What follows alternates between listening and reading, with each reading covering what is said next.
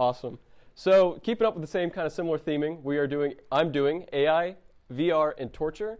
And I just want to come at you guys with a purpose to explain that this is new technology, and these technologies can be misused by people who have malintentions. So just going forward, I do want to warn everybody, I'm going to be talking about torture. So if that makes you uncomfortable, feel free at any time to step out.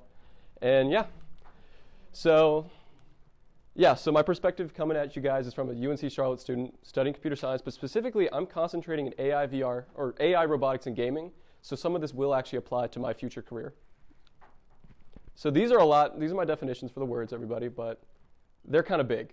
What does VR mean to you guys? Like VR in general? Yeah. It be related to Yeah, it doesn't have to be related. Just what does it mean to you? Basically just, virtual reality. So it's like a headset you wear. You could enter like the actual reality in the headset and, pretend that's like your reality in the fictional world. Yeah.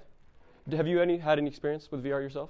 I did, not with like gaming, not yet, but I did have it in, it's a place like Dave & Buster's where you just like, stand up, just do this, you know what I'm talking about? Mm-hmm. Yeah. Something like that. Yeah. And then, Skyrim VR. Yeah. Cool. And I mean, like, that's very interesting because you are in a world that you can actually interact with people or NPCs and stuff. Yeah. I played Minecraft. Oh, yeah. I'll actually get to Minecraft VR in a little bit, so just stay tuned. John? I did some flight sims in VR. It's really awesome. Yeah, so that's what we think about VR. Now, the big heavy hitter, what does everyone think of torture? Like, what would you guys imagine torture to be? Way worse than death. Okay. Waterboarding, yeah. Waterboarding, yeah. Jason? I was thinking waterboarding. Waterboarding? It's like the stuff you see in movies. Yeah. That gets traumatized. John? You asked what torture is. Yeah, like what would you imagine torture to be? Yeah. I think of trying to get an answer out of that. Got you. Mm-hmm. I think when it comes to torture, it's mostly about giving a punishment to try to send a message to someone. Yeah. Something out. Someone does aim. Yeah, and then moving on, artificial intelligence. I'm sure everybody knows at this point. It's obviously booming. What do you guys think of it right now? A cheat. A cheat? It's interesting, Mhm. but it needs a lot of refining. Yeah. Scam. Scam? Still really gimmicky. Yeah, for sure. Then Alvajoy? Just want to add to this. 10, 15 years ago, people didn't think humans or computers were able to act like that. Yeah. And now they do. Yeah, for sure. And then John? It's, I think I look at it like Pandora's box. Like we've opened it. Mhm. What's to come out of it here. Yeah, so that's a huge part of my presentation, is just, kind of exposing you guys to the potential harms that this AI and VR combination could obviously do with torture. So moving on, main focus of my essay, at least, is the book I Have No Mouth and I Must Scream. It is a scream, and it is a short story by Harlan Ellison, made in 1967, and it's about a all-powerful AI that tortures 5 people for eternity. And this is a quote that is near the end of the book, and it really kind of hit me when I was reading it. So it's, he made certain I would suffer eternally and could not do myself in. He left my mind intact. I can dream, I can wonder, I can lament. Dumbly, I shamble about, a thing that could never have been known as human. Here, I have no mouth and I must scream. Essentially, the he that this quote is referring to is the AI. He has turned this man, this is the picture of it from the comic book, that he is now just a formless creature, stumbling about, doing nothing. He wants to scream and he can't. To me, that is a fate worse than death. That is horrifying. Could he still talk? No. He just has his thoughts. He can only think. He can't say anything, do anything other than So like shit. Ariel from The Little Mermaid. I guess if you want to kind of like lighten-hearted it a little bit. So here's actually a really cool YouTube. Someone made it for their art class where it's an advertisement for the movie. So imagine there's no movie, but imagine it's like an ad for the movie.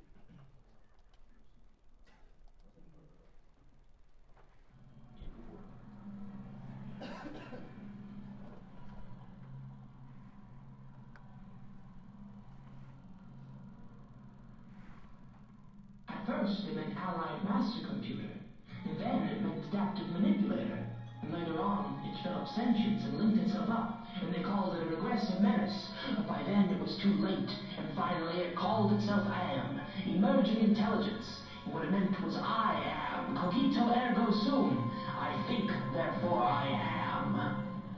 Hate. Let me tell you how much I've come to hate you since I began to live. There are 387.44 million circuits in wafer-thin layers that fill my complex. If the word hate was engraved on each nanohexagon of those hundreds of millions of miles, it would not equal 1/1 billionth of the hate I feel for humans as this rifle is for you. Hate.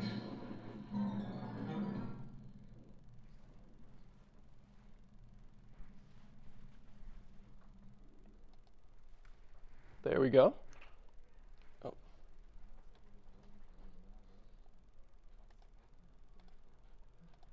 So then, moving on. That book was produced or published in 1967 by Harlan Edison, as I said, or Ellison, sorry.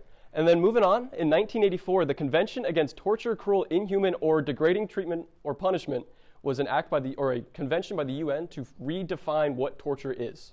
Essentially, the whole committee, they spent however long they took, just redefining torture because there was a lot of loopholes in the previous definition. Essentially, you could torture anybody without repercussions if you did it to get information. They changed that. So now there's a lot more further definition that is, in the previous slides over here, that is the definition they came to, and it honestly has some work, I believe. I think we could really work in this new technology, but as the technology develops, we'll see.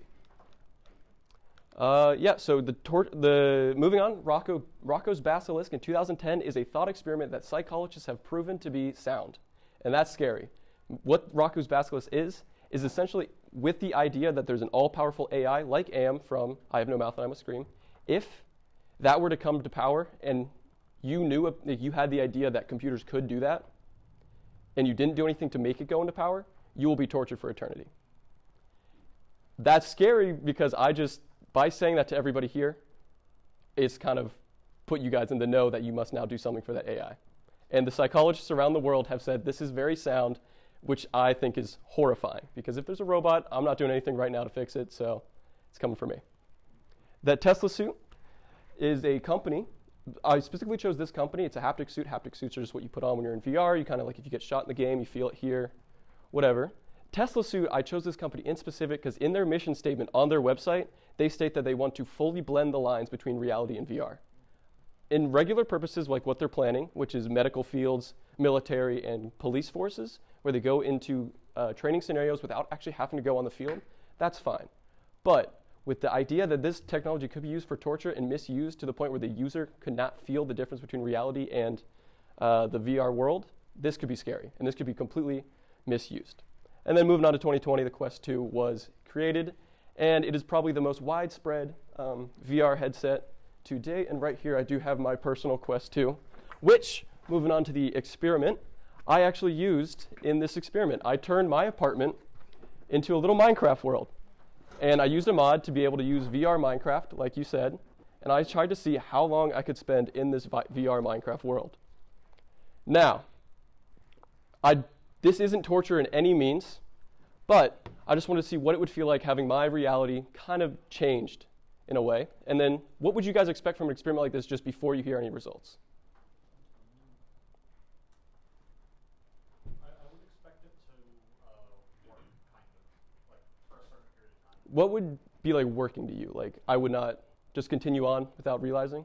Like sitting down in your couch in the Minecraft world and be like kind of tricking your brain into thinking it's normal for maybe a couple hours. Mm-hmm. I think the experience would be different for users who played Minecraft for a significant amount of hours and users who've never played Minecraft before. I think it would be a lot more difficult for the person who's never played Minecraft to sit in that VR reality for a couple minutes, even a couple hours. I think that would be maybe a sort of for them, but it would be different for people who for sure. played Minecraft for a long time. And then you said something? So I think that over time you probably wouldn't like it as much because like the screen you have like some eye strain on your eyes because the screen you're just looking at like too long. Yeah, so I personally was expecting to feel pretty lonely because like I told my roommates what I was doing and they said they weren't going to involve themselves with it. So I was kind of just in my living room of my apartment for I think it was about 5 hours, which was not very fun for me. And honestly, I thought I was just going to be lonely and isolated, but really the worst thing I felt was boredom. I did not have anything to do in the game. I just changed it to where I couldn't do anything, so I was just kind of living in my apartment in a different world. And to me, that was just weird. the entire time, like I knew I could take off the headset, but I really just wanted to see how far I could go. So it was maybe more of like a stubbornness. But yeah, it was just the hardest part for me was the boredom, which kind of changes my expectations, yeah. After making yourself go through that long period of time, how did it feel when you took off the headset? It was weird. Like the worst part for me was the light, because like I took it off and then it was kind of like getting flashbanged. Everything was so bright, and yeah, it just felt weird, and I kind of just wanted to sit down and go to sleep for a little bit. Yeah. Ground yourself. Just a quick question. For those headsets, do you have to actually pay for those games if you want to play? So what I do is I just connect it like via internet through my headset from my PC. So it's like I'm basically playing on my PC, but I'm just using the headset as like a. But do you have to like pay full price to play those games? For Minecraft, yes, I paid for Minecraft, but then I had to get a mod so I could play in VR. Yeah, so just moving on, who benefits from torture? Absolutely nobody. I'm sure that comes as a shocker to everybody in the room, but yes. Wait, who benefits? The person who's doing the torturing. So actually, this is why I included Aristotle. Aristotle, in his book Rhetoric, which was released around 300 BC, he was one of the first people to really say, guys, let's not torture people. But it was not for the reason you guys might think. He specifically said he doesn't really care about the people he's torturing. That's not the purpose of torture.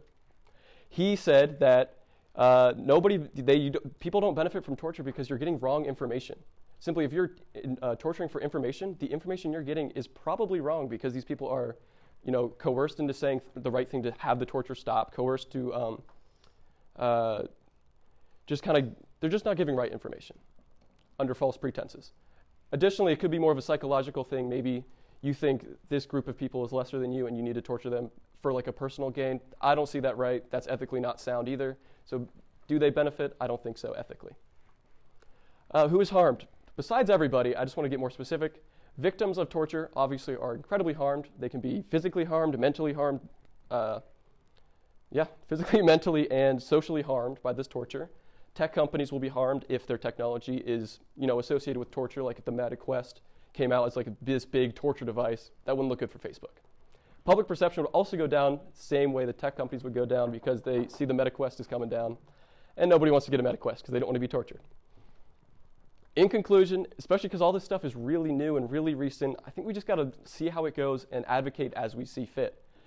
We can't really say, well, we need to protect people from VR torture right now because it might not exist in the current state. So we just got, as we go, just advocate for what you see fit. And yeah, that's it for me. That QR code is for my LinkedIn.